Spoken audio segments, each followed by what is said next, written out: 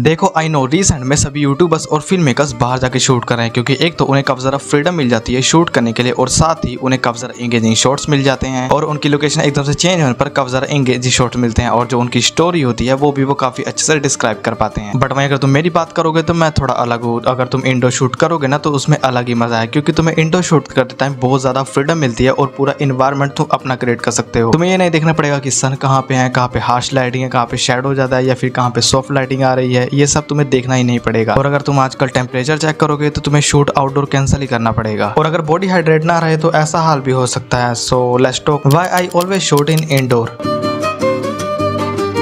अब indoor shoot करने का सबसे बड़ा फ्लैक्स यही है कि तुम मन चाहा शॉट उसमें रिक्रिएट कर सकते हो, और अगर तुम सिर्फ एक लाइटिंग ऑन कर दोगे ना तो तुम्हारा रूम टोटली चेंज हो जाएगा। मान लो तुम्हें एंग्री मोमेंट वाला शॉट लेना है तो उसको अगर तुम आउटडोर शूट करोगे तो वो ठीक ठाक लगेगा, बट वहीं अगर तुम उसको इंडोर शूट करने वाले हो तो मान लो तुमने रेड लाइट रखी और साथ ही साइड से ग्रीन रिम लाइट आ रही है और तुम फोग मशीन के हेल्प से थोड़ा सा फोग ऐड करके उसके जब तुम शूट करोगे तो वो कुछ ऐसा शॉट लगने वाला है एंड लिटरली बिल्कुल मूवी का सीन लग रहा है। और इसी के साथ अगर हम इंडोर शूट करते हैं तो हमें कुछ प्रॉब्लम्स नहीं आती, जैसे वेदर वगैरह सही है या नहीं, या फिर हमारा कैमरा धूप में जरा हीट तो नहीं हो रहा, ये सब। और अगर तुम गोक्स या फिर एंड्रू या फिर और फॉरेन क्रिएटर्स की वीडियो देखोगे तो मैक्सिमम टाइम वो अपनी वीडियो इंडोर ही शूट करते हैं, क्योंकि इंडोर में हम सीन्स को काफी अच्छे से डिस्क्राइब कर पाते हैं। क्योंकि मान लो हमने स्टोरी बोर्ड करा है कि कुछ ऐसा सीन चाहिए तो आउटडोर में वैसा शॉट ढूंढना बहुत ज्यादा मुश्किल है, लेकिन इंडोर में तुम खुद क्रिएट करके उस सीन को इजीली शूट कर सकते हो। और अगर तुम फॉरेन क्रिएटर्स का ऐसा कंटेंट देखते हो तो तुम्हारा खुद मन करेगा कि मैं इंडोर ही शूट करूँ, आउटडोर तुम्हारा मन ही नहीं करेगा शूट करने का। देखो मन करे या ना करे, लेकिन इंडोर शूट करने का ये भी एक फायदा है और तुम्हें टाइम भी कम लगता है। और अगर तुम्हें लग रहा है कि मैंने पॉइंट उल्टा बोल दिया है तो नहीं, देखो अगर तुम आउटडोर शूट करने जा रहे हो तो अगर तुम्हारे साथ कोई है शूट करने वाला तो काफी ज्यादा अच्छी बात है, लेकिन अगर तुम अकेले जा रहे हो ट्राइपॉड की हेल्प से शूट करने में जो एवरेज टाइम तुम्हें लगता है उससे 1 या 2 घंटा ज्यादा लगने वाला है। क्योंकि देखो जब भी हम आउटडोर वीडियो शूट करने जाते हैं तो सबसे पहले हमें उस लोकेशन को एक्सप्लोर करना पड़ता है कि कहाँ पे एंगल अच्छा है, कहाँ पे हम इजीली रिकॉर्ड कर सकते हैं, कहाँ पे ज्यादा लोग नहीं है जो हमें घूर रहे हैं शूट करते हुए, और बिना डिस्टर्ब हुए हम कहाँ पे अच्छी वीडियो शूट कर पाएंगे, ये सब। और अकेले शूट करना इज वेरी डिफिकल्ट। तुम्हें बार बार खुद से एंगल सेट करना पड़ेगा, देखना होगा बार बार फोकस है कि नहीं, कहीं तुम्हारा हेड तो नहीं कट रहा, तुम फ्रेम से बाहर तो नहीं हो, सब कुछ बिल्कुल ओके है, ये सब। बट वहीं अगर तुम अपने रूम में वीडियो को शूट करते हो तो तुम्हें पूरी अच्छी तरह पता रहेगा कि कौन सा एंगल कहाँ पे अच्छा लगेगा, कहाँ पे लाइटिंग सेट करने पर वो काफी ज्यादा अच्छा लगेगा, कौन से कॉर्नर पे कैमरा हम इजीली स्टैंड कर सकते हैं, ये सब तुम्हें पता रहेगा क्योंकि तुम काफी लंबे टाइम से उसी रूम में रह रहे हो। और इसी के साथ घर पे तुम्हारे और मेंबर्स तो हो गई, बस तुम्हें उनको शॉट दिखा देना है कि मुझे ऐसा शॉट चाहिए, तो सेम वो शॉट तुम रिक्रिएट करवा सकते हो। और ये वाला पॉइंट तुम काफी अच्छे से रिलेट करोगे अगर तुम इंडोर वीडियो शूट करते हो।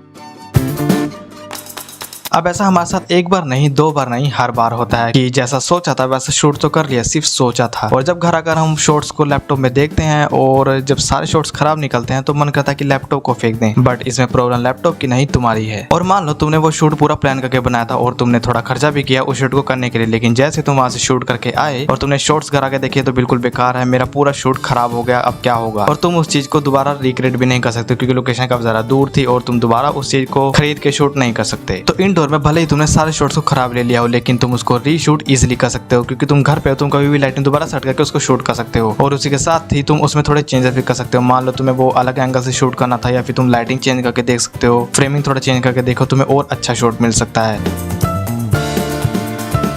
अब ऑडियो हमारी वीडियो में कितना ज़्यादा इंपॉर्टेंट होता है ये तो तुम्हें पता ही होगा। और अगर तुम आउटडोर शूट करते हो तो तुम्हें बाहर बहुत ज़्यादा नॉइस मिलने वाला है, व्हीकल्स का शोर। और अगर तुम पार्क में शूट कर रहे हो तो वहाँ पे पत्तों की आवाज़ आ सकती है या फिर चिड़िया वगैरह की आवाज़ आ सकती है, और जो लोग वहाँ पे होंगे उनका भी नॉइस तुम्हारी वीडियो में काफ़ी ज़्यादा कैप्चर होगा। लेकिन वहीं अगर तुम इंडोर वीडियो शूट करते हो तो तुम्हें ऐसी कोई प्रॉब्लम नहीं होने वाली। और मान लो तुमने आउटडोर ऑडियो रिकॉर्ड कर भी लिया, लेकिन जब तुम उसको एडिट करोगे तो तुम्हें 4/22 नॉइस कैंसिलेशन वाला इफेक्ट उसमें डालना पड़ेगा, फिर और इफेक्ट डालने पड़ेगा, तब जाकर तुम्हारा ऑडियो एडिट होगा और वो ऑडियो बिल्कुल बेकार ही हो जाएगा, क्वालिटी काफी ज्यादा बेकार हो जाएगी उस ऑडियो की। बट इंडोर शूट करने पर तुम्हें काफी सारा साइलेंस स्पेस मिलेगा और तुम काफी इजीली बिना डिस्टर्ब हुए वीडियो शूट कर सकते हो। अब तुम कहोगे क्या हम आउटडोर शूट करना बंद कर दे, तो इसका जवाब है नहीं। देखो अगर तुम्हें आउटडोर शूट करना ही है तो तुम किसी को अपने साथ ले जाओ, क्योंकि अगर तुम अकेले शूट करोगे तो तुम्हारा बहुत सारा टाइम वेस्ट होगा। और तुम ट्रिप भी कर सकते हो शूट करने के लिए, क्योंकि देखो जब काफी सारे फ्रेंड्स जब एक साथ जाते हैं तो तुम वीडियोस बहुत सारा शूट करते हो, फोटो वीडियो बहुत सारे निकालते हो, तो तुम्हारे साथ और भी लोग होंगे जो काफी इजीली तुम्हें जैसा शॉट चाहिए वो तुम्हारे लिए क्लिक कर सकते हैं या फिर वीडियो बना सकते हो, तो इससे तुम्हें थोड़ा कॉन्फिडेंस भी रहेगा। अगर तुम मेरी तरह अकेले हो लेकिन तुम्हें आउटडोर शूट करना है तो सबसे पहले तुम्हें बाहर जाकर प्रैक्टिस करनी होगी शूट करने की। अब ये नहीं कि तुम्हें अर्जेंट में जो शूट तुम्हें मान लो कल वीडियो अपलोड करनी है तो उसका शूट तुम प्रैक्टिस के लिए करने जा रहे हो, नहीं, तुम्हें खाली टाइम निकाल कर प्रैक्टिस करनी होगी। तुम आउटडोर काफी इजीली कैसे शूट कर सकते हो, अलग अलग लोकेशन एक्सप्लोर करो जहाँ पे तुम काफी इजीली शूट कर सकते हो, फिर वहाँ पे शूट करके देखो और इस तरीके से तुम काफी अच्छी आउटडोर वीडियो भी शूट कर पाओगे।